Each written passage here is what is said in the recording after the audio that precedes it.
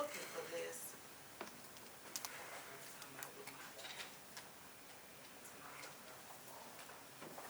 Right, well, good morning once again, and thank you so much for being here Wednesday, coming back and bouncing back to the weekly Wednesday briefings, and I appreciate your presence. As I always do, I kind of start with just giving you an overview of start with public safety and giving you some little other things that I want to share. Then we'll turn it over to John. We'll walk through questions and answers, and then we'll bring it to a close. And so starting with public safety and looking at the preliminary data, always utilizing it from the New Orleans Police Department, year-to-date stats through July 22nd.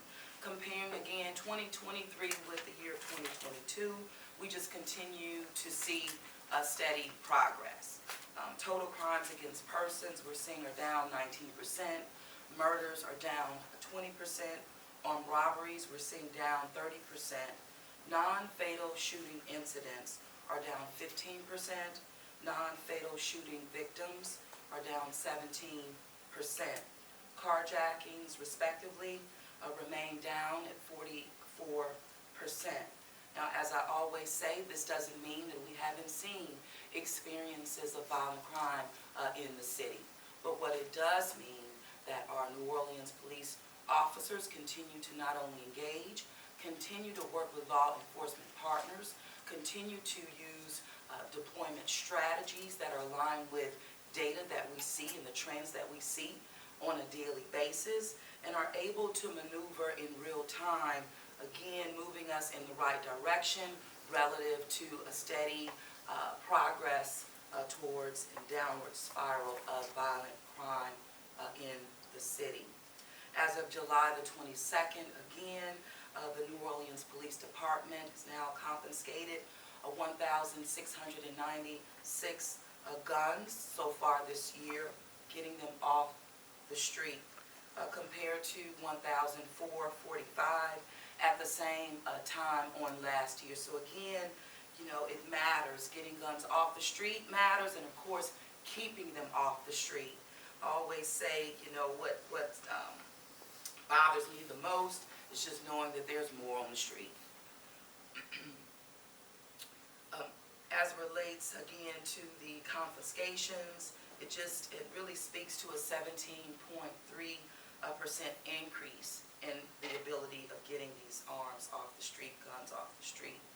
NOPD has made 514 firearm arrests this year as well, year to date, compared to only 291 at the same time last year, again showing an increase of 77% relative to firearm arrests in the city of New Orleans.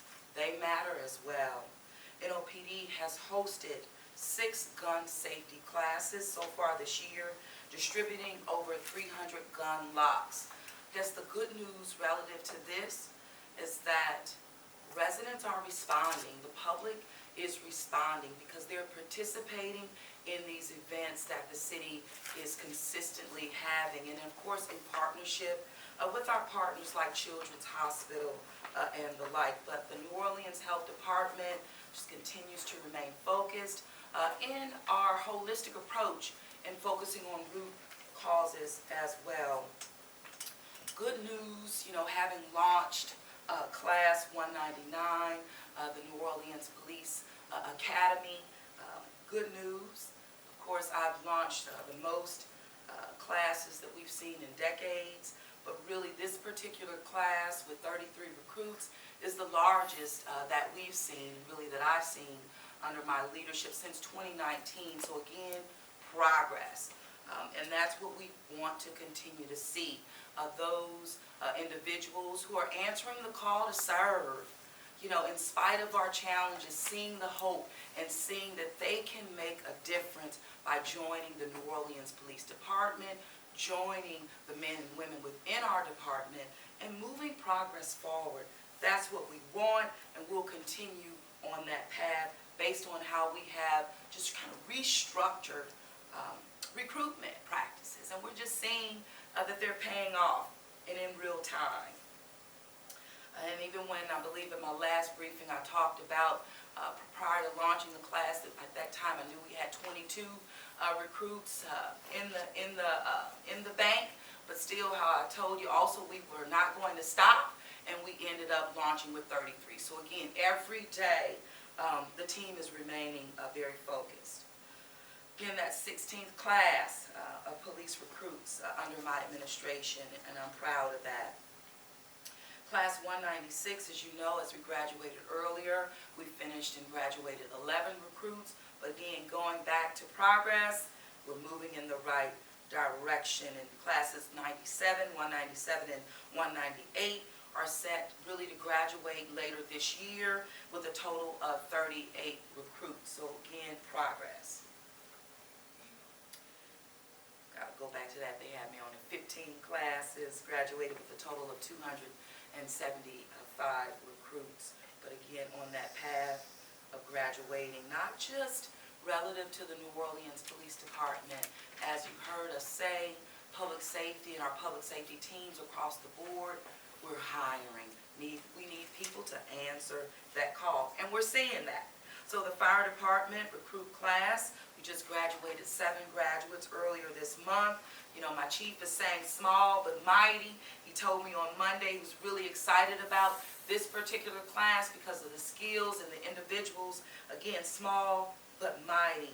Their next class is currently in session, and with 14 recruits that remain steady and in progress coming to join the fire department. With the target launch in September 2023, recruit class R0323 currently has 31 applicants in the background check. So again, progress. We're not just putting folks in as they're answering the call, but we're also lining more up who want to answer that call. Also, mentioning public safety, I have to talk about EMS. So EMS graduated 17 personnel from their academy so far this year, but with another 9 in the queue. And also promotions are very much tied to this as well. So my chief, Samran, is excited about progress. So again, I give it to you whole because that's what public safety is. It's a comprehensive plan. The New Orleans Police Department, the superintendent search. So you all know that we rendered 6 semi-finalists that went forth through a 2-day assessment center that was stood up one last week, the 20th and the 21st. They were evaluated, as you all know, by IACP, the public safety personnel, and stakeholders, both that internal group I shared with you as well as the external group that was also shared with you. Now, the IACP will move forward in additional assessments of each candidate relative to their performance. I know more background checks are coming, as well as evaluations that are now into this next phase, with a recommendation of up to 3 candidates to be considered as finalists. Then I will interview each of those finalists with some senior members of my team and the individuals that I would like to tap, and we'll move through interview, and I'll bring forth a candidate to put before the New Orleans City Council that's aligned with the charter that has been changed by the public, giving the City Council confirmation authority with the candidate that I bring forth. So again, we're moving steady and in accordance with not only the process, but also the charter. Budget meetings, kicked off budget meetings on last week. It was really exciting. I always like to kind of get back in the fold. I remember last year when we first were able to get back to them without masks, and now the second year in a row, it's like, wow, progress, steady, we're holding strong, and the city of New Orleans just continues to see progress, especially relative to our budget practices, funding, revenues, and also just being prudent in our practices. This just again has demonstrated how this city has been able to move through crises, move through challenges, but coming out stronger, and we're wanting to maintain that footing as we move through 2023, 24, and 25. As we've shared with you time and time again, looking for the city to really kind of get back to 2025. So we're utilizing that fund balance that we've had to fill gaps and, again, keep us steady into 2025. But because of this work and being very intentional with delivering results, my administration, my leadership team across the board, and even that, as I've understood with the New Orleans City Council, that we are in agreement of a no roll forward relative to the quadrennial assessment that we have before us right now. We're going to continue with budget meetings, as you know, moving through this, but also into next week. Major new infrastructure initiative. I wanted to mention this Smart Surfaces Coalition. This is something that the city has been involved in, in terms of mitigating just the challenges that we continue to face being on the front lines of climate change. Cooling surfaces down has to be a priority. We're seeing that we've been really in emergency, in a crisis mode throughout the summer with these heat waves, heat advisories. The earth has been the hottest in its history. So the city of New Orleans just remains at the forefront of that, but also your city, your mayor, in partnership with my brother and sister mayors across this country, leaning into assets like the U.S. Conference of Mayors. We're just continuing to lift up not only partnerships, but working together relative to examples like smart surfaces. Mayor Dickens of Atlanta, Mayor Wu of Boston, Mayor Daniel, our new mayor coming in there in Columbia, South Carolina, Rickenman, Mayor Johnson of Dallas. Again, we're just continuing to be partners and leaning in. Climate change is just a lived experience and a reality in the city of New Orleans. I mentioned we have been the hottest, but this July 4th, as I said, the hottest day on earth recorded in history, with no indicators really of slowing down. And that's why it puts even more added pressure on us to make changes in real time and as best as we can to make sure that we're putting up the best defense possible relative to climate and the impacts that it has on our people, that it has on our environment. So with that, I'm going to turn it over, John, and if I miss something, you can get me straight, but I'm sure it'll be pulled out by our media present. John? Starting with Carly with Axios, and we'll go from right to left. All right. Hi, Mayor. So you talked about the search for the next chief. What's the timeline for IACP to get back with the up to three finalists? Sure. So my expectation is within the next 2 weeks that I should see the finalists coming to me. Surely if that changes, if it comes sooner or come later, you'll be the first to know in regards to that. But giving the necessary time, I would say, to further advance evaluations, further advance background checks and the like, which are aligned with the evaluations that are going on. And so 3 names have been leaked by sources, I guess, over the past few days. Mm-hmm. Are those 3 among the finalists? They haven't gotten to me. Those were things that were leaked to you, but not officially have come to me. So I'm going to let the process play out as I've done. I will continue to share as we have, and we'll just move through. I think the priority is making sure that we select the best candidate for, to lead the New Orleans Police Department moving forward. I think that is the objective. WWL and then Stephanie with the Advocates. Good morning, Mayor. Good morning. Again, on the police chief search, wondering if you could share what kind of feedback you got from the so-called internal stakeholders who also met with those 6 semi-finalists. Sure. So I haven't met with either of the groups. Okay, so I have not received any official follow-up, that sort of thing, what you're asking me, whether that's from the internal group or from the external group. I'm letting the process move forward And I know that both groups will, submit an overall assessment to me. I just haven't received it just yet. And if I could follow up, what, given your support for Interim Chief Woodford, is this her job to lose?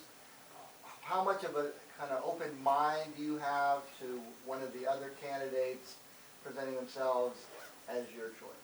Well, I am presenting a fair, credible, and transparent process, and that has been evident through IACP.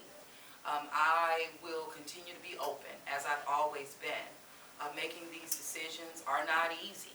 I have to make a decision, and so that's what leadership is in these roles as Chief Executive Officer. I have to make a decision. Being open and doing so to render the best for the citizens of this city, that's what I'm doing. And so that's what I have. That's what I have to give you. But how much will, like, the face-to-face interviews, obviously you'll get to that point. Interim Chief Woodford, I presume you don't know or haven't met and interviewed the others, but how much could that influence your final decision?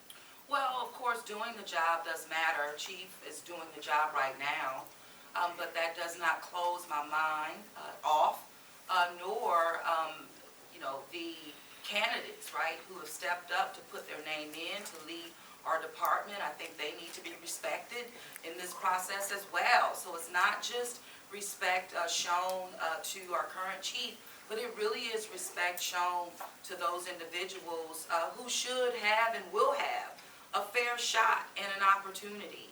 And I'm going to provide that. There was something else you asked me that I kind of lost it. I don't know if I fully answered. I think you did. Thank you. Okay. Stephanie with the Advocate. Good morning, Mayor. On budget-related issues, Ron Foreman said the other night he had spoken to you and you had committed $15 million to help fund construction of the Riverfront Wharves project.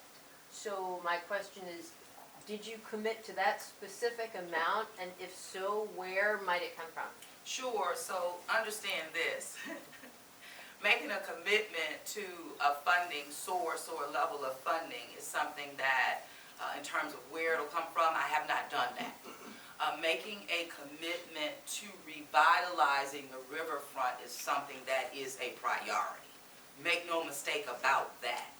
The goal relative to the investments that the city has already made, those that we've seen results, those investments that have been made, where the results are forthcoming because projects are underway right now. And with Super Bowl 2025 as kind of being my internal goal that I've set with my teams across the board. And this also speaks to riverfront development. Now, not fully in the complement, I believe that the Audubon Institute is now engaging the public in regards to the wharfs. And further, I know that will go beyond 900 days from now. But my level of commitment is for full redevelopment and restoration relative to our riverfront. And that means working with all partners, all stakeholders, to fill any gaps that come from or that are evident from planning that has to happen. We don't have design, we don't have construction costs, that sort of thing. So it really is, in my mind, a little premature to talk about what it will cost, what the expenses will be even reoccurring. I don't have all the data yet, but I am committed to a full redevelopment and revitalization and growth of the riverfront. I think it's essential. I think that other cities have been able to embrace their river in ways that I believe that our city can and have it work for us long term and for generations. That's my goal, that's my vision, that is my commitment. More will come as I learn more and as we engage the public around it. Thank you. Fox State and Van Van with the Advocate. Mayor, good morning, would you care to comment on our recent reporting about your use of the Pentalba for overnight stays? Did you need 3 police officers to escort your people to the Pentalba late at night when the city's now below 900 officers? And what do you think about what appears to be a renewed push to take away your control of that apartment? Sure, so what I will say is that my executive protection team is my executive protection team for me as serving as the mayor of the city of New Orleans. What I would like to know is, when did Fox 8 stop paying for footage directly and Lee Zurich picking up paying for it personally? I think it's overstepping. I've indicated the impact that this has had on me, and the fact that you just continue, I have a problem with that, and I think it's not only disrespectful, I think it crosses the line, but as it relates to my EP team, as it relates to my family, totally off limits. So thank you very much. Are you worried that the council may move to take away your authority over that apartment? Well, I am worried that the council would move to take away authority of the mayor of the city of New Orleans that has been in existence for over 93 years. I think targeting me specifically while I'm serving, I think that that's pretty dangerous. But relative to protections in place for the mayor of the city of New Orleans, regardless of who the mayor is, that's something that matters to me, because it's not just LaToya Cantrell, it's every other mayor that should have the flexibility of mayors of our past. And so, like me, I'm serving now, but again, another mayor will be elected, and I believe that that mayor should come in with the level of flexibility that I came in with, being duly elected and re-elected in the city of New Orleans. This unit, 93 years. You know, they say that something about Mary. I'm starting to, there's something about LaToya. This is personal, and I think it crosses the line. That's all I have to share on that. Bam Myers with the Advocate and the NWD issue. Chief Search, if I understand correctly, you said that you're expecting the three finalists delivered to you by IACP within the next 2 weeks or so, and then interviews will follow after that. Do you have a date or date range in mind as to when this will wrap up and you will make an announcement? No, I'm not going to box myself into that, because when I answer those questions, that's exactly, what you do. You box me in, and I don't think it's fair.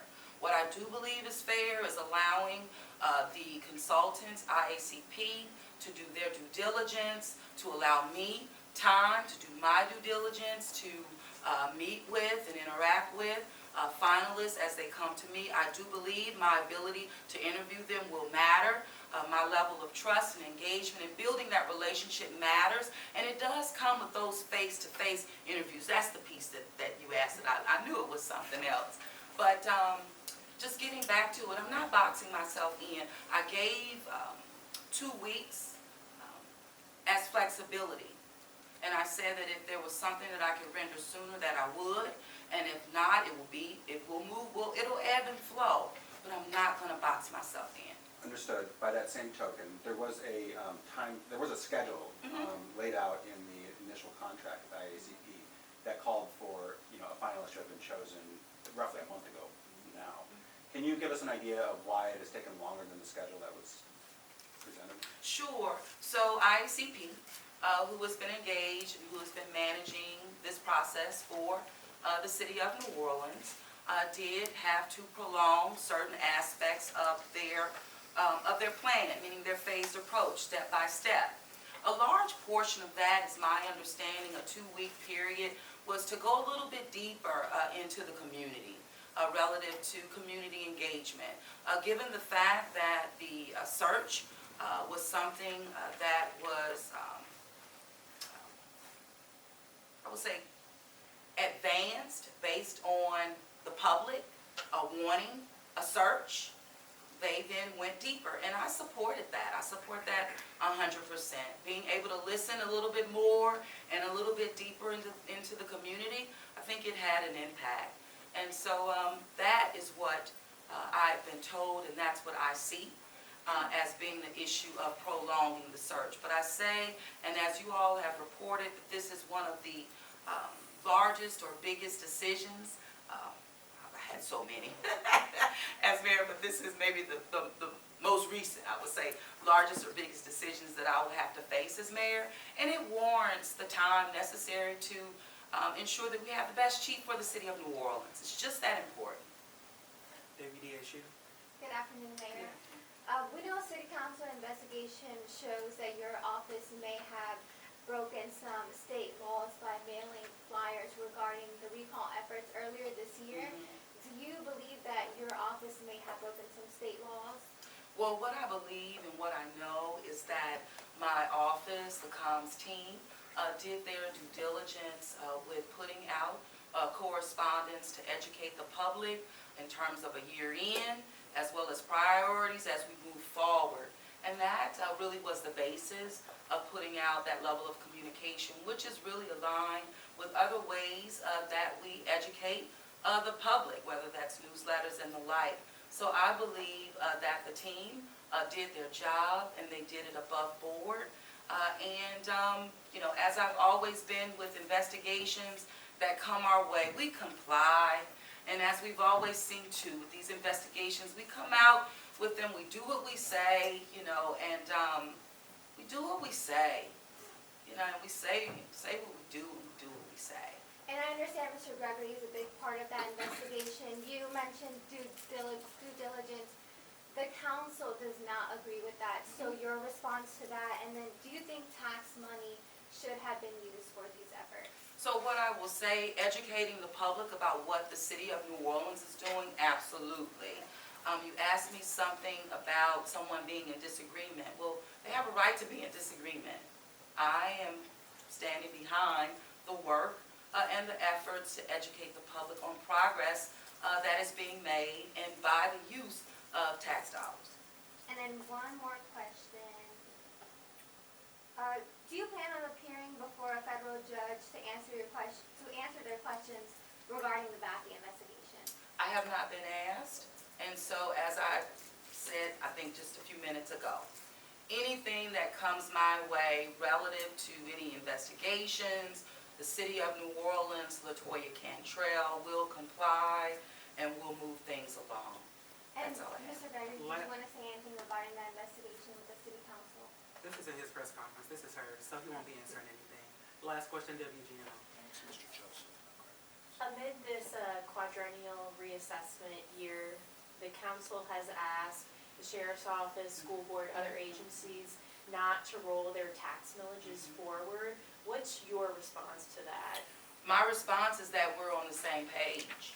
I'm in agreement and I'm also doing the same. So we're in accordance. You know, I believe it's the right thing to do.